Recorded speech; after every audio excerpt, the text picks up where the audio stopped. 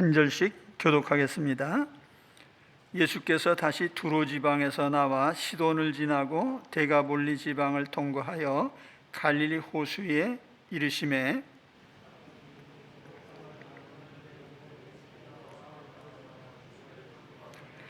예수께서 그 사람을 따로 데리고 무리를 떠나사 손가락을 그의 양 귀에 넣고 침을 뱉어 그의 혀에 손을 대시며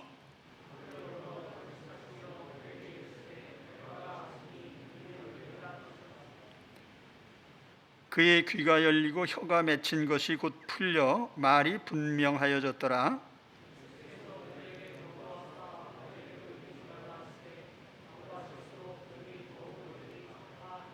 같이 봅니다. 사람들이 심히 놀라 이르되 그가 모든 것을 잘 하였도다. 못 듣는 사람도 듣게 하고 말 못하는 사람도 말하게 한다 하니라. 아멘. 본문은 예수님께서 귀먹고 말 더듬는 사람을 고쳐주신 사건입니다. 이 사건은 네 복음서 중에 오직 마가만이 기록을 했습니다. 사건이 일어난 장소는 갈릴리 호수 동남쪽 데가볼리 지역입니다. 31절 보세요.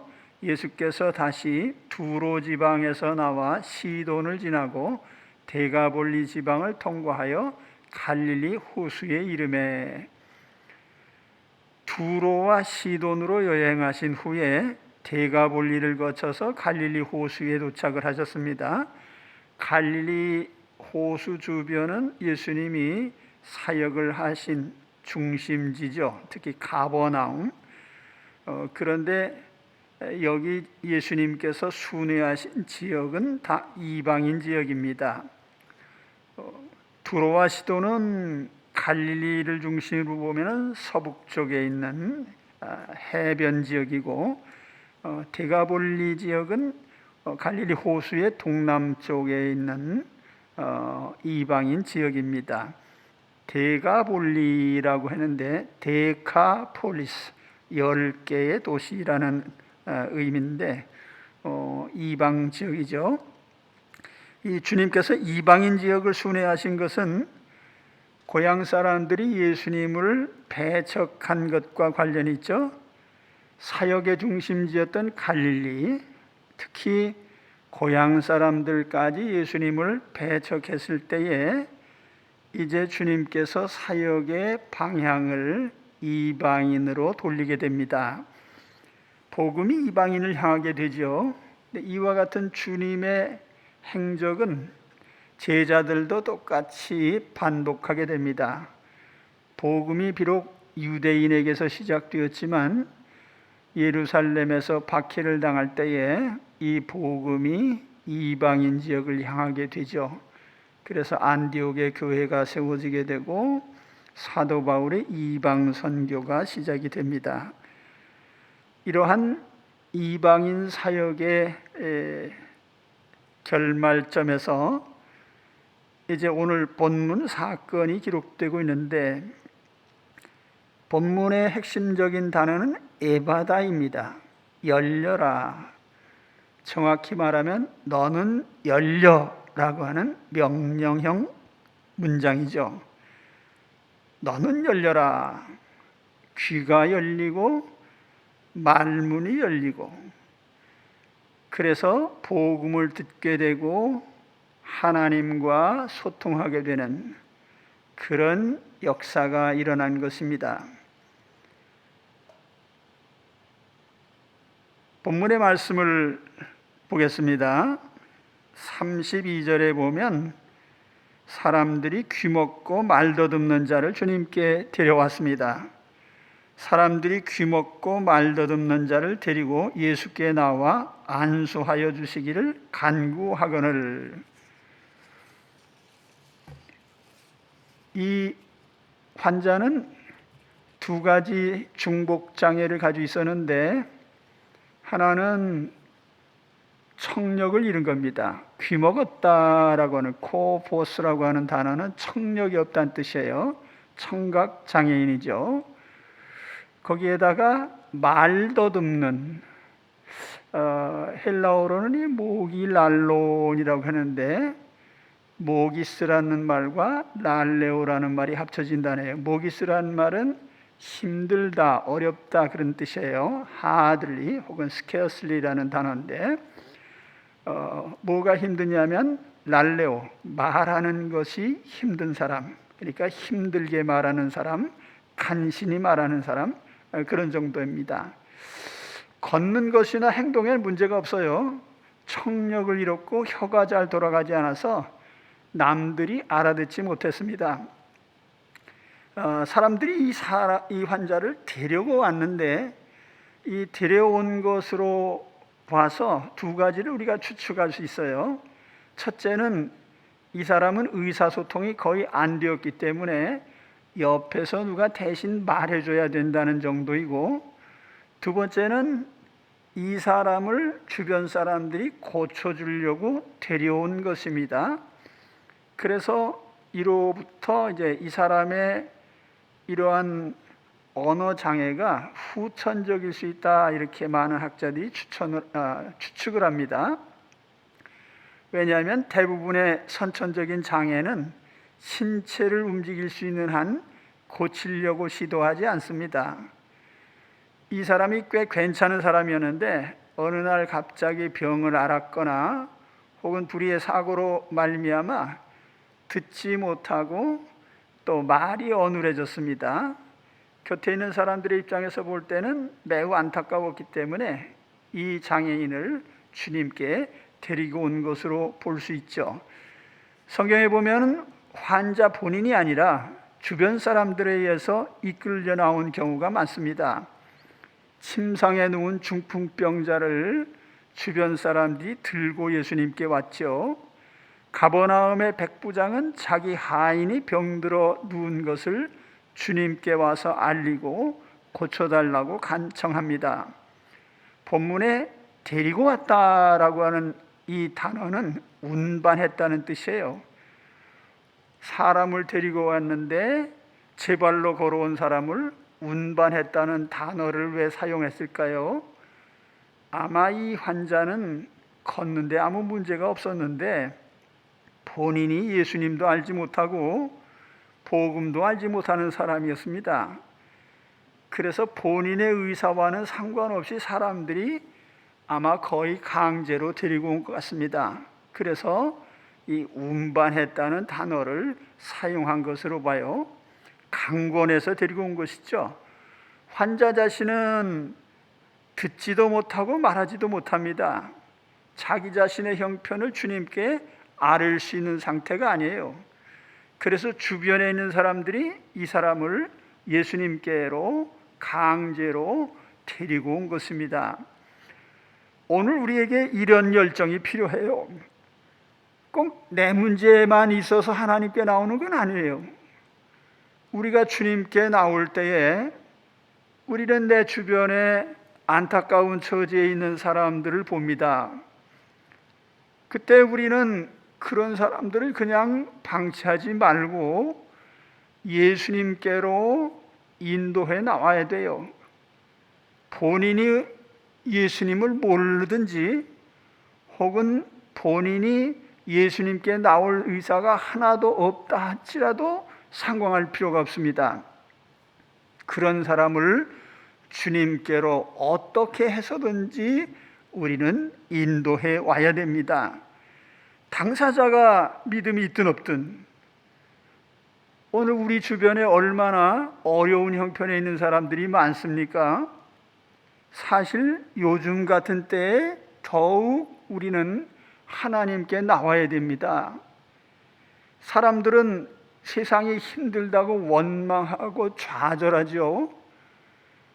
어떻게 보면은 사실 에바다라고 하는 것은 사람들과 사람들 사이에서는 점점 비대면이에요. 비대면이라는 건 다른 말로 하면 단절된다는 말이에요. 인간관계가 강제로 단절되는 시대에 산다면 이런 때 우리는 인간관계 때문에 낙심할 것이 아니고 이런 때에는 땅을 쳐다보지 말고 하늘을 쳐다봐야 돼요.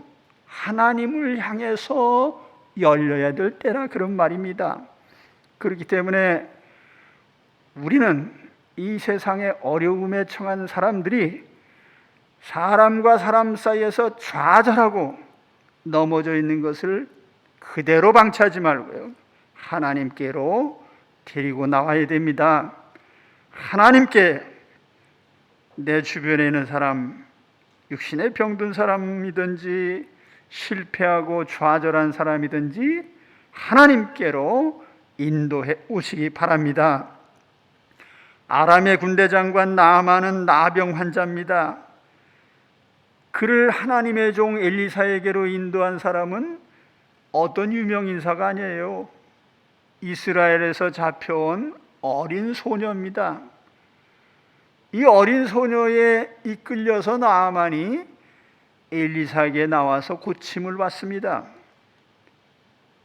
세상의 지위 고하를 막론하고 어려움과 좌절에 처한 사람들이 세상에는 널려 있습니다. 우리는 내 신분과 상관없이 어떤 대상자라 할지라도 세상에서 넘어져 있는 사람들을 우리 주님께로 데리고 나와야 됩니다. 그 사명이 우리에게 있어요. 특히 바다 건너 있는 사람을 얘기하는 게 아니에요. 내 주변에 있는 사람 중에, 내 측근에 이런 사람이 있다면 내가 해결해 줄 것은 아니잖아요. 주님께로 데리고 나오시기 바랍니다.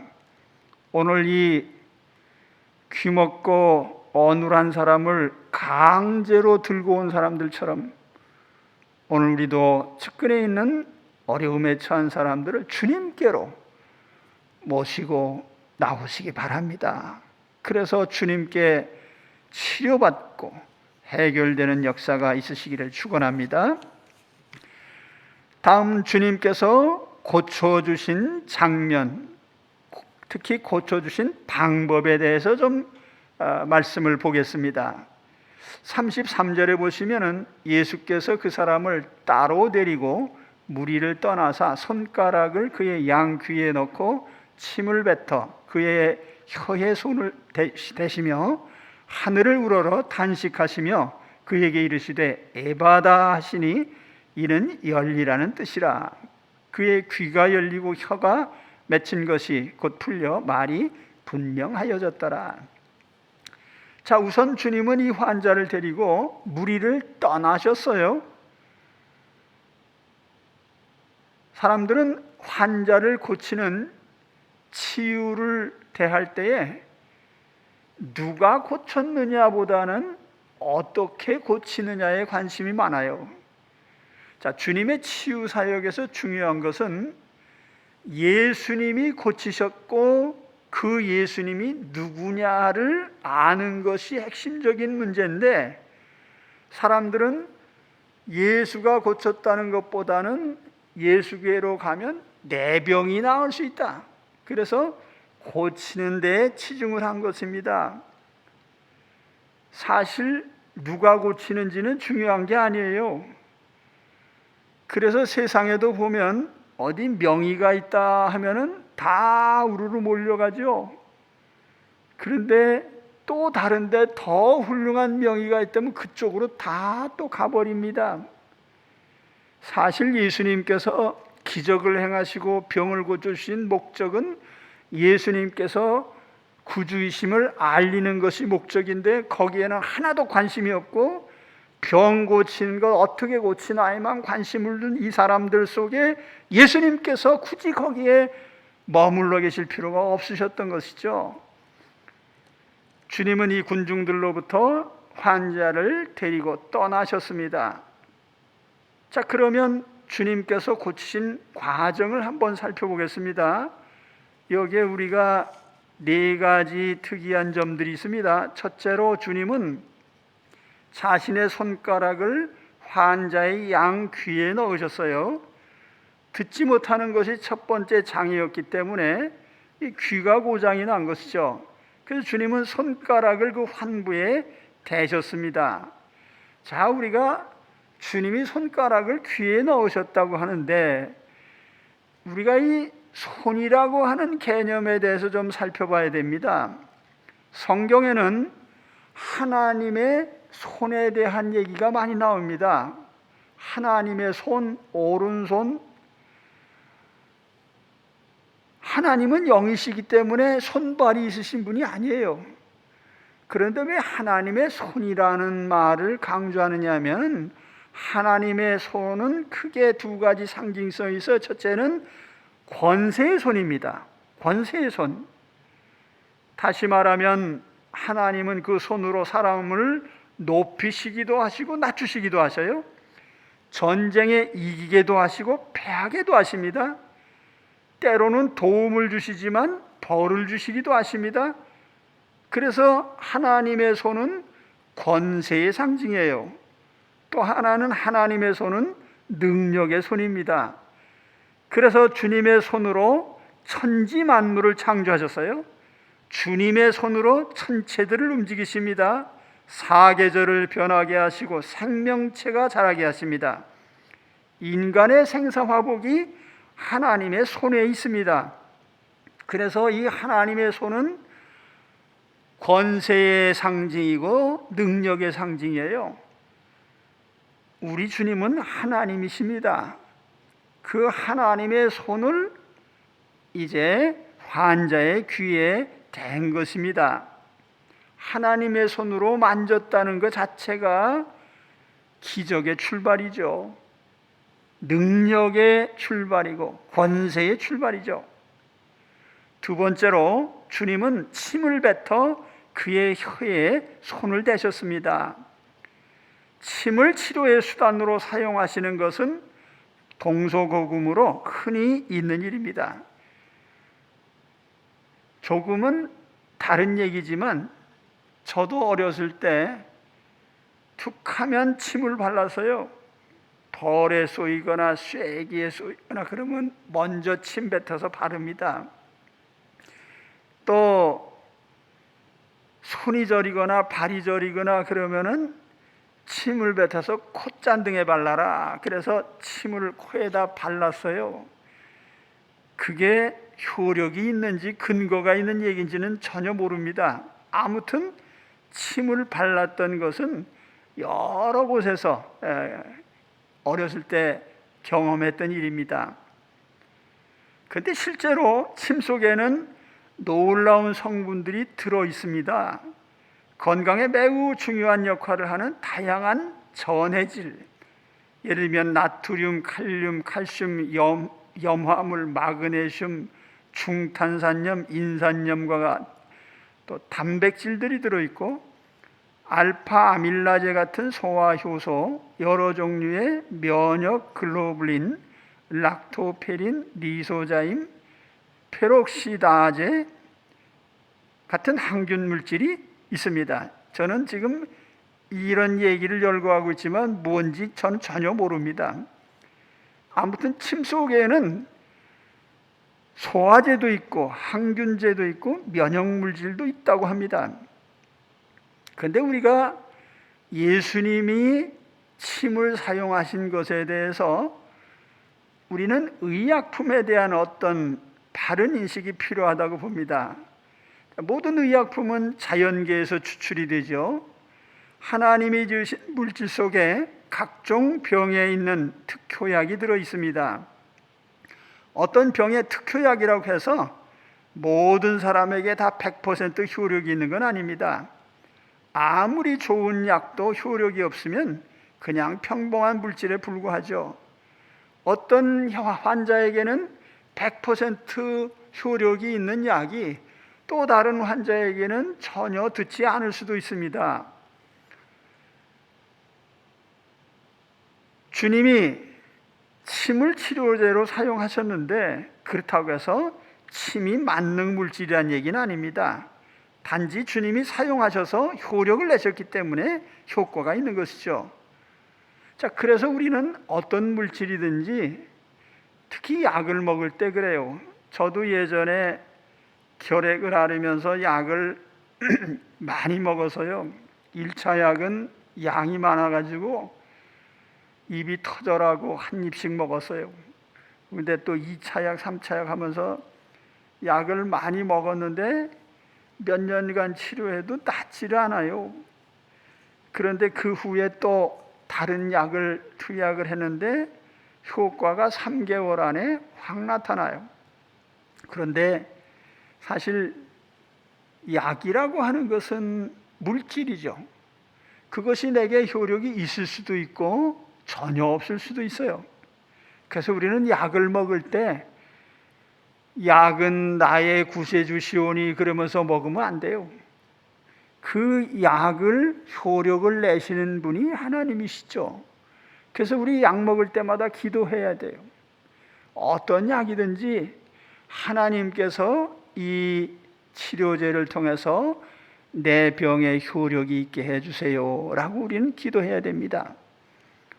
우리 주님께서는 어쨌든 침을 사용하셔서 치료를 하셨습니다. 그러나 그것은 침 자체의 효능이라기보다는 침을 재료로 사용하신 주님의 역사임을 기억해야 됩니다. 치료의 주체는 약이 아니고 바로 예수 그리스도십니다. 오늘 내 병을 고쳐주실 분은 약이 아니고 주님이심을 잊지 마시기 바랍니다. 세 번째로 주님은 하늘을 우러러 탄식하셨습니다. 하늘을 우러러 탄식하시며, 여기에는 두 가지 의미가 담겨 있는데, 하나는 주님이 환자를 불쌍히 여기시는 공감의 능력이죠. 여기 주님의 탄식은 불쌍히 여기는 탄식이에요. 어쩌다가 이런 형편이 됐을까?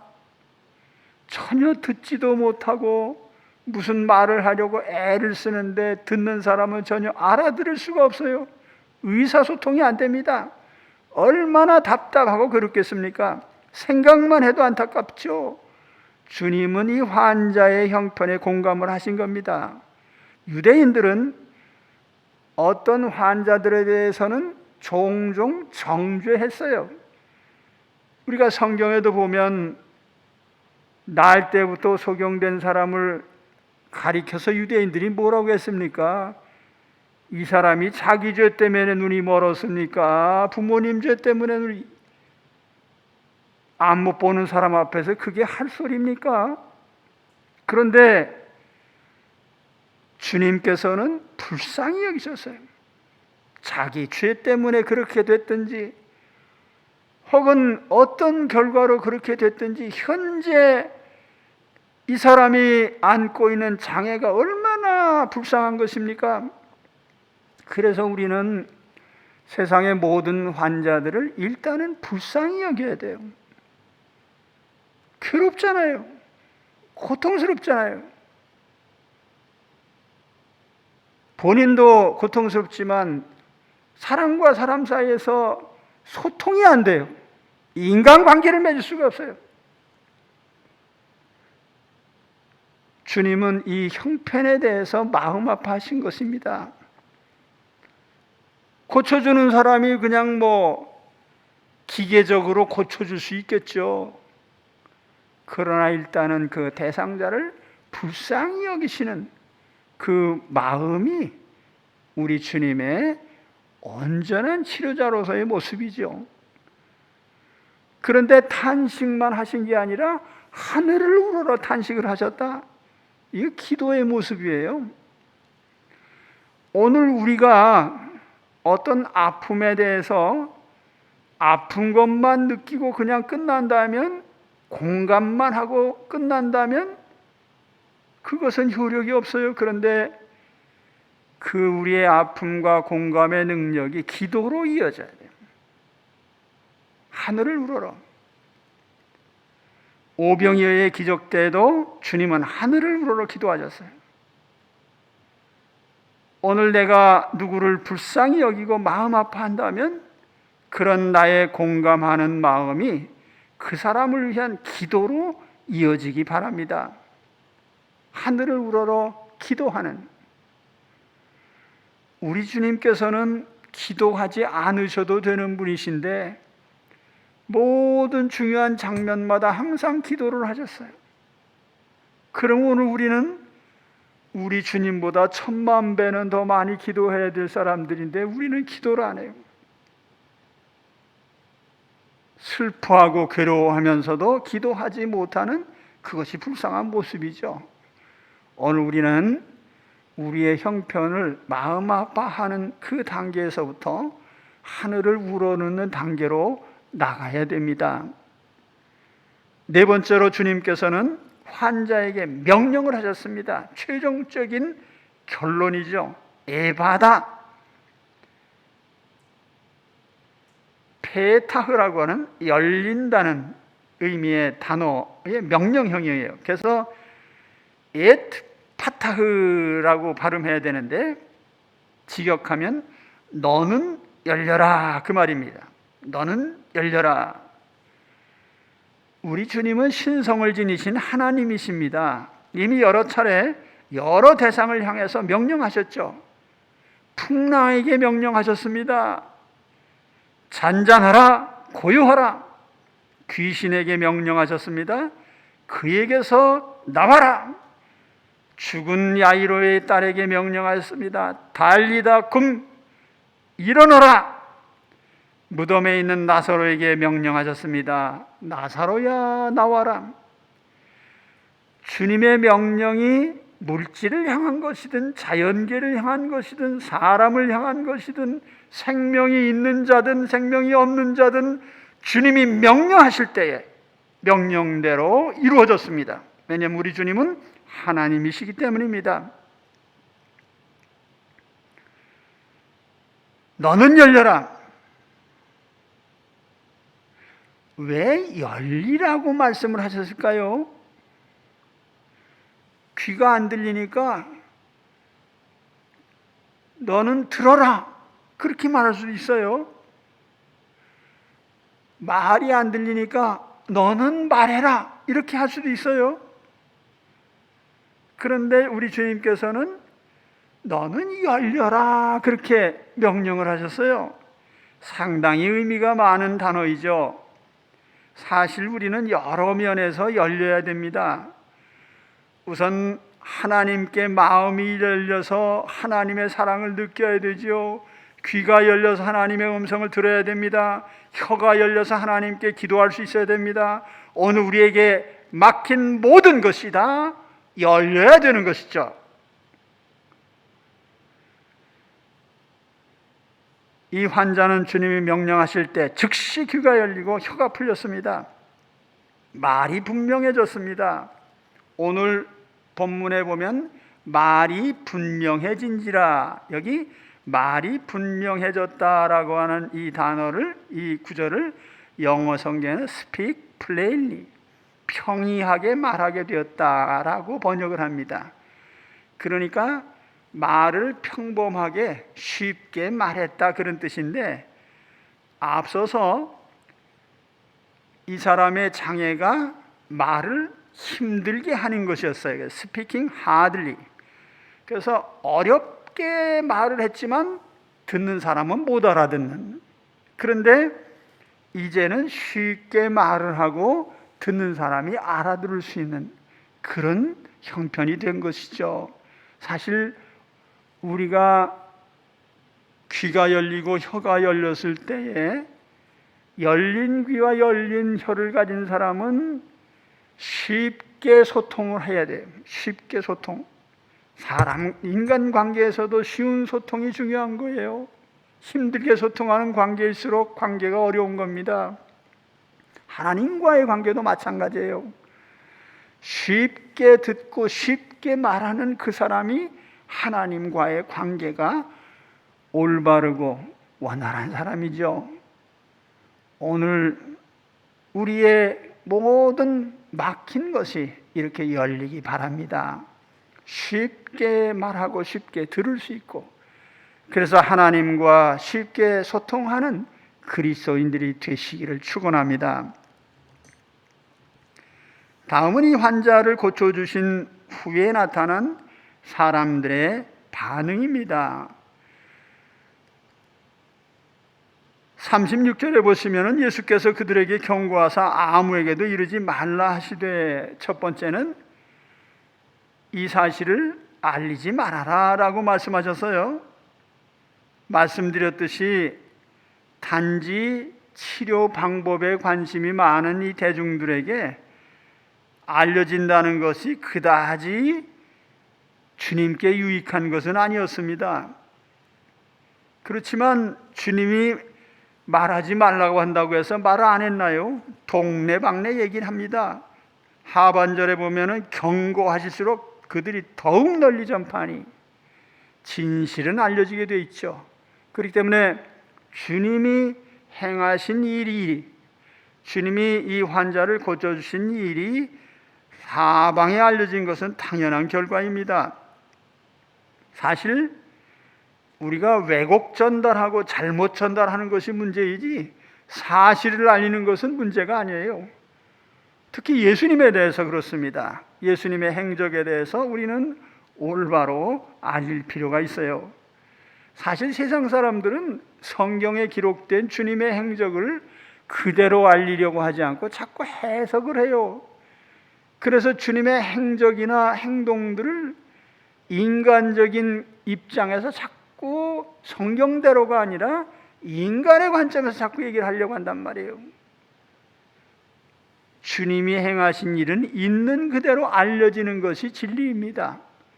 예수님이 행하셨으면 예수님이 행하셨다고 말하면 되는 거예요. 오늘 예수님께서 수많은 환자들을 고쳐주신 것은 성경의 팩트입니다. 우리는 우리 주님께서 행하신 일들에 대해서 진실하게 알리는 자들이 되어야 됩니다. 또 한 가지는 사람들의 평가예요. 이 소식을 전해 들은 사람들은 어떤 평가를 했습니까? 37절에 보시면 사람들이 심히 놀라 이르되 그가 모든 것을 잘하였도다. 못 듣는 사람도 듣게 하고 말 못하는 사람도 말하게 한다 하니라. 다른 기적들과 마찬가지로 사람들은 여전히 놀라고 감탄했죠. 그리고 여기서 멈추지 않고 예수님의 행적에 대한 아주 중요한 평가를 합니다. 그가 모든 것을 잘하였도다. 문법적으로 보면은 현재 완료형으로 되어 있어요. He has done all things well. 주님은 모든 일을 다 잘 하셔서, 잘 이루셔서, 좁게 보면 여기 귀먹고 어눌한 사람 고쳐주신 일이 잘한 일이죠. 또 그걸 나쁘다고 말하면 그게 나쁜 사람이죠. 잘 하신 일이죠. 그러나 조금 더 넓은 의미에서 본다면 예수님의 행적 전체, 지금까지 행하신 모든 일, 그가 나사렛 목수일을 그만두시고 나와서 복음 사역을 시작하신 이래로 행하신 모든 일이 다 잘하신 일이죠. 그래서 사실 이 시점에 이런 평가가 유대인에게서 나오지 않고 이방인들에게서 나왔다는 것은 우리가 참작을 해봐야 될 일이에요. 예수님을 왜곡된 눈으로 바라보는 유대인의 입에서 나와야 될 말이 이제 예수님을 진실한 면에서 바라보는 이방인의 입에서요. 예수님의 행하신 일은 다 잘하신 일이다. 환자를 고쳐주신 일이나 귀신을 쫓아내주신 일이나 유대인들은 사사건건 귀신 들렸다는 등 예수님의 권세가 어디서 왔느냐는 등 시비를 건데 열중했지만은 있는 그대로 바라볼 때에 잘하신 일일 수밖에 없는 거예요. 이 주님의 행하신 기적은 이사야 선지서에 그대로 예언이 되어 있습니다. 이사야 35장 5절에 보면 그때 맹인의 눈이 밝을 것이며 못 듣는 사람의 귀가 열릴 것이며 그때 저는 자는 사슴같이 뛸 것이며 말 못하는 자의 혀는 노래하리니 이는 광야에서 물이 솟고 사막에서 시내가 흐를 것입니다. 자, 오늘 예수 그리스도의 이름으로 내게 막혀있는 모든 장애물이 제거되고 다 열리는 은혜가 있으시기를 바랍니다. 예수님은 어둠의 세계에 오셨습니다. 사실 어둠의 실체라고 하는 것은 하나님과의 단절 때문에 온 거예요. 왜 인간 사회가 어두운가? 왜 사망이 왔는가? 왜 불행이 인간 사회에 만연하는가? 원인은 딱 한 가지죠. 하나님과의 단절, 하나님과의 교류가 끊어진 그 인간 사회는 어둠 자체입니다. 예수 그리스도께서 오신 것은 이와 같은 인간 사회의 어둠을 그리스도께서 십자가로 해결하시고 이제 하나님께로 가는 길을 열어주심으로써 하나님과의 소통이 완전히 열리게 된 것입니다. 에바다, 너는 열려라. 우리는 사람과 사람 사이에 막힌 것만 열려고 하지 말고 하나님과 막힌 것을 열려고 해야 됩니다. 오늘 그런 열림이 있으시기를 축원합니다. 저는 이렇게 오랜 동안 비대면이라는 단어가 사회를 지배한 적을 본 적이 없습니다. 제가 오래 산 것은 아니지만 사람과 사람 사이에 일부러 만나지 마, 멀리해, 모이지 마. 이것은 향후의 인간 사회를 향한 커다란 전환점이라고 생각합니다. 어쩌면 교회도 큰 도전에 직면할 겁니다. 만나지 마, 모이지 마, 대화하지 마.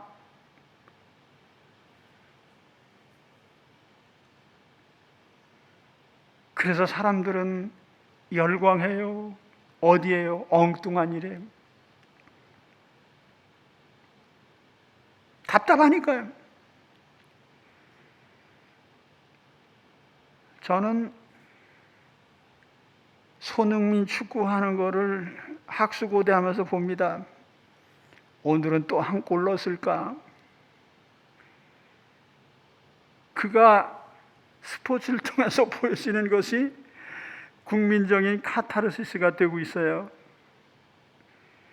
근데 사실은